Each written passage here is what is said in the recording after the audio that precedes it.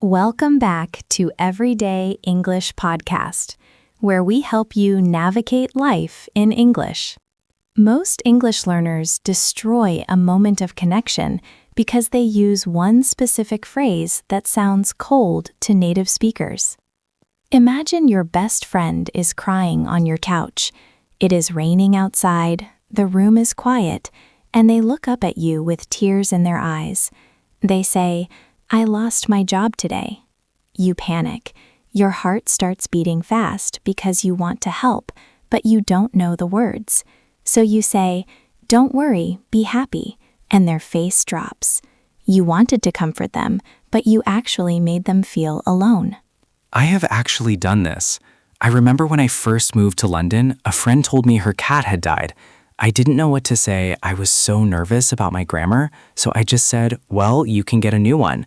I still cringe when I think about it. I sounded like a robot.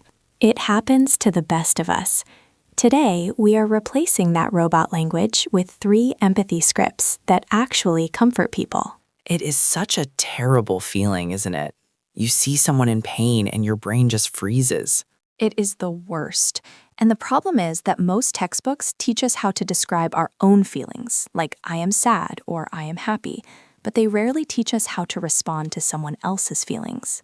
Exactly. We learn to talk, but we don't learn to listen. And in English, listening is an active skill.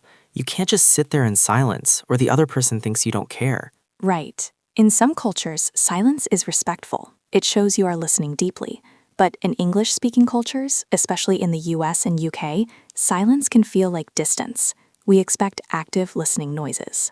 Active listening noises? You mean like grunting? Sort of. Things like, mm-hmm, oh no, yeah. But beyond those noises, we need actual phrases. Let's start with the biggest trap learners fall into. I call it the fix-it trap. The fix-it trap. That sounds like what I did with the cot. Exactly. When we hear bad news, our instinct is to fix the problem immediately, to make the bad feeling go away. Because we are uncomfortable with the sadness. We want to make it positive. Yes, so let's play out a scene. You are my friend, and I am going to tell you some bad news. I want you to try to fix it, and we will see how it feels. Okay, I am ready. I will be the fix-it friend. Okay, Sarah, I am really struggling right now. I just found out my landlord is raising my rent, and I don't think I can afford it. Oh, you should just move. There are lots of cheaper apartments in the suburbs. You should look online tonight. Ouch. What? I was helpful. I gave you a solution. You did give a solution, but how did I feel? I just told you I was stressed and afraid of losing my home, and you immediately jumped to move to the suburbs. Yeah, I see what you mean. It felt like I didn't care about your stress. I just wanted to solve the logic puzzle. Exactly. It makes me feel dismissed. It makes me feel like my emotions are invalid. When you say, "You should just move," I hear, "Stop complaining and do something." That is definitely not what I wanted to say, but it is the only grammar I had ready. I know should for advice. And that is the key. When someone shares bad news, they usually don't want advice, at least not in the first 5 minutes. They want validation. Validation. That is a big word. What does that look like in English conversation? Validation means saying, "I see your pain and it makes sense that you are in pain." Okay, so instead of "you should move," what should I have said? You need to use the grammar of empathy. And this brings us to our first major teaching point today. We are going to use a modal verb that you probably already know, but we are going to use it in a completely different way. Which modal verb? Must. Must? Wait, isn't must for obligation? Like you must wear a seatbelt or you must pay your taxes? Yes, that is the most common use. But must has a second superpower. We use it for deduction, or simply to show we are 99% sure about something. Can you give me a simple example? Sure. If you see someone running for the bus and they are sweating and breathing hard, you look at them and say, "They must be tired." Okay, I get that. I'm looking at the evidence, the sweat, the breathing, and I'm concluding that they are tired. Exactly. Now apply that to emotions. When I tell you my rent is going up and I can't afford it, what is the evidence showing you about my feelings? The evidence is that you are stressed, you are worried. So use must. You must be stressed. Yes. And how does that feel compared to "you should move"? You must be stressed. It feels softer. It feels like I am standing next to you, looking at the problem with you. Exactly. It validates my feeling. It says, "I understand the situation and your reaction makes sense." It is the single most powerful phrase for empathy in English. That must be hard. You must be worried. That must be so frustration. Wait, that must be so frustration? That sounds wrong. Good catch. Why is it wrong? Frustration is a noun. You need an adjective there. That must be so frustrating. Perfect. So the formula is subject plus must be plus adjective. That must be hard. You must be disappointed. You must be exhausted. This is actually a lifesaver because sometimes I honestly don't know what to say. Like if someone says their grandmother is sick, I can't fix that. I can't offer advice. Right. You can't say you should get a new grandmother. Definitely not. So you use the formula. My grandmother is in the hospital. Oh no, you must be really worried about her. Boom. Perfect. You didn't fix it. You didn't offer advice. You just connected. I love that. It takes the pressure off me to be a superhero. I just have to be a mirror. Being a mirror is better than being a superhero in conversation. Now, let's look at the tone, because you can get the grammar right and still sound sarcastic if you aren't careful. Oh yeah, if I say, wow, you must be so sad. Yeah, don't do that. That sounds like you are making fun of me. The intonation needs to match the gravity of the situation. We usually use a falling intonation that sounds grounded. You must be worried. You must be worried. Nice. It sounds heavy in a good way. It sounds sincere.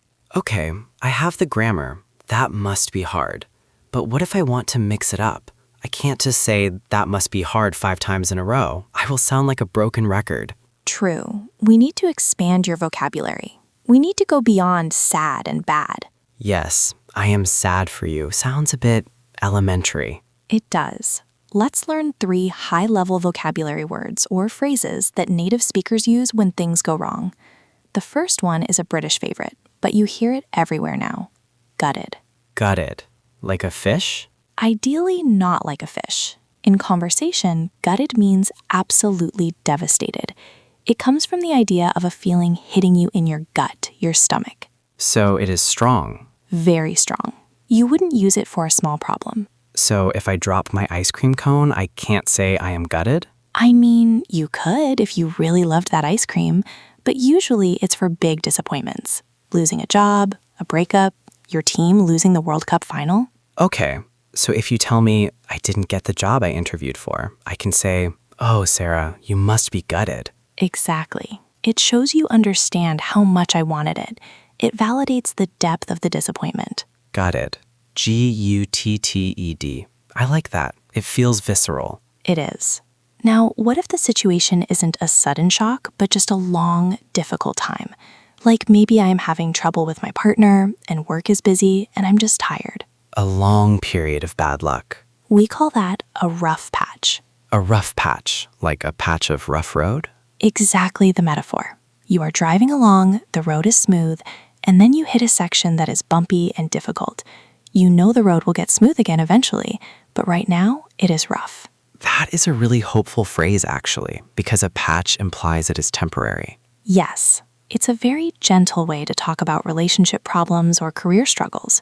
I'm going through a rough patch with my husband right now. So how do I use that to respond to you? You can say, it sounds like you're going through a rough patch, or I'm sorry you've hit such a rough patch. I'm sorry you've hit such a rough patch. That sounds very native. It sounds like something I would hear in a movie. It is. It acknowledges the struggle without being overly dramatic. It's very useful for medium problems. Okay, so we have gutted for big shocks, rough patch for ongoing struggles. What is the third one? The third one is my favorite phrase for when the situation is just terrible and there are no words. When something truly tragic happens, like a death or a terrible accident. Those are the hardest moments. I always want to run away because I'm afraid of saying the wrong thing. The best phrase to use is, I can't imagine. I can't imagine. Or the full version, I can't imagine what you are going through. That is powerful because it admits that my experience is not your experience. Exactly. Sometimes people say, I know exactly how you feel. And usually that's a lie. Even if I have lost a parent and you have lost a parent, our grief is different. Saying, I know how you feel can sometimes make people angry. Yeah, it makes it about you instead of them. Right. But saying, I can't imagine how hard this is for you, puts the focus back on them. It elevates their pain. It says, your pain is so big, I can't even simulate it in my mind. It is very respectful. It is the ultimate respect. So if I say, my dog passed away last night after 15 years, what do you say? Oh, Tom, I can't imagine how much you miss him already. Perfect. And I feel seen. I feel understood. I don't feel like you are trying to fix me. This is creating a whole toolkit. I feel much more confident already. But before we put it all together in a dialogue, I have a question about sorry. Sorry is a tricky word. Yeah. In my language, we have one word for I apologize for my mistake and a different word for I feel bad for your pain. But in English, it is just sorry for everything. It is confusing. We use sorry for stepping on your toe and sorry for your house burning down. So when I say I'm sorry to a friend with bad news, do they think I am apologizing? Like I caused the bad news? Context usually makes it clear, but to be safe and to sound more sincere, we often expand the phrase. Instead of just, I'm sorry, we say, I'm so sorry to hear that. I'm so sorry to hear that. That clears up the confusion. It specifies that I am sorry about the news, not my actions. Exactly. Or simply, I'm so sorry you're going through this. I'm so sorry you're going through this. I love that one. It combines the apology with the rough patch idea, going through something. If you are finding these phrases useful, imagine having this kind of clear, practical guidance every single week. We don't just teach you words, we teach you how to be a person in English. If that sounds like the upgrade your fluency needs, make sure to subscribe to the podcast. We are building a library of real-life conversation skills that you won't find in standard textbooks. And honestly, just knowing the difference between I'm sorry and I'm sorry you're going through this has saved me so many awkward moments. It's worth sticking around for. Okay, we have the grammar, you must be, we have the vocabulary, gutted, rough patch, I can't imagine, and we have the softener. I'm so sorry to hear that. Shall we try the scene again? The one where you lost your job? Yes, let's do a rewrite. You are going to use the active empathy approach this time. I am ready. No fixing, no advice. Just listening. Okay, scene start. Sarah, I have some bad news. I lost my job today. They let the whole department go. Oh my God, Tom. I am so sorry to hear that. You must be completely in shock. I am. I honestly don't know what I am going to do about rent. I feel paralyzed. I can't imagine how stressful that is right now. To have it happen so suddenly, that is just a rough situation. It really is. I just feel like everything is falling apart. I hear you. It makes total sense that you feel that way. I'm here for whatever you need, even if it is just to sit here and drink tea. Thanks, Sarah. That actually helps a lot. Just saying it out loud helps. Wow. That felt completely different. It felt different for me too. In the first version, when you told me to move, I felt like I had to defend myself. I had to argue with you. In this version, I felt like I could just collapse a little bit and be honest. And for me, it felt easier. I didn't have to scan my brain for solutions or rental websites. I just had to listen to the emotion and name it. You must be in shock. That was a great use of the modal, by the way. You must be in shock. It gave me permission to be in shock. It is funny, isn't it? By not trying to fix it, you actually help the person heal faster. That is the paradox of empathy. Connection heals. Advice usually annoys. Unless they ask for advice? Yes, that is the golden rule. Listen and validate first. Use the must-be scripts.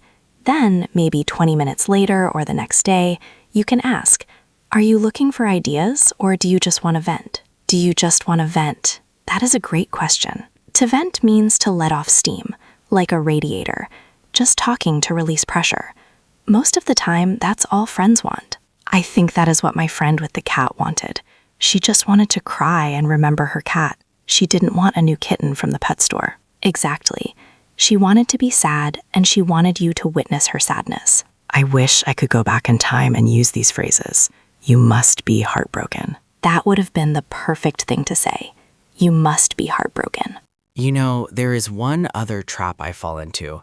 Toxic positivity. Oh, the good vibes only crowd. Yeah. Phrases like, look on the bright side, or everything happens for a reason.